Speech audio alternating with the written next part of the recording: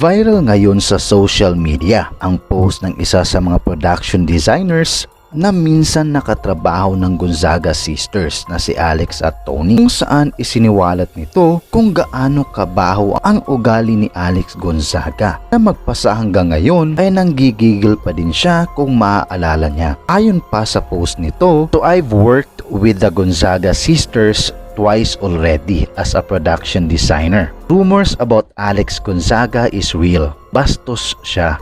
Prepared na yung set and everything. Pumasok yung magkapatid, sinitsitan ako at pinaabot sa akin yung bag na parang alalay ako. I have an assistant, but I never ask for help like that.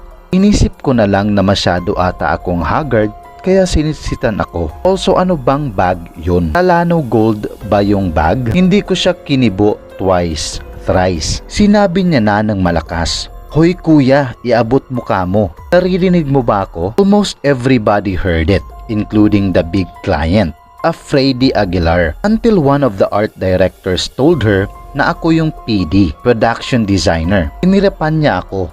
She gave a look to two of the sets we made for her, as if nung na-realize niya it was my design, ay biglang natsakahan siya. Ever. Gusto mo tapyasan ko yung baba mo? Sinaway siya ng ate niya pabulong.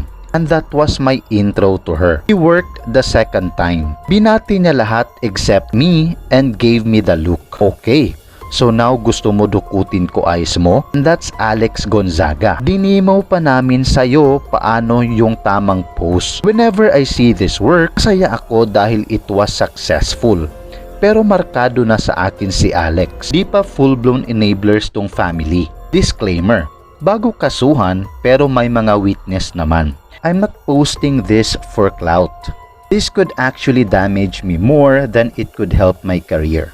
Pero when I saw the video, I couldn't help but to share this. Everyone know na hindi dahil komedyante ka, hindi na uso ang boundaries. Waiter siya, hindi kanya kaibigan. Hindi siya nandun para i-celebrate ang birthday. Nagtatrabaho siya. Hawakan niya ang cake mo ng matagal.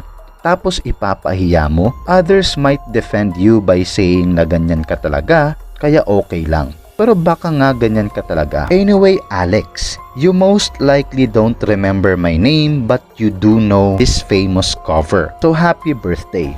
Enjoy things while it lasts. Ready na ako makatanggap ng memo.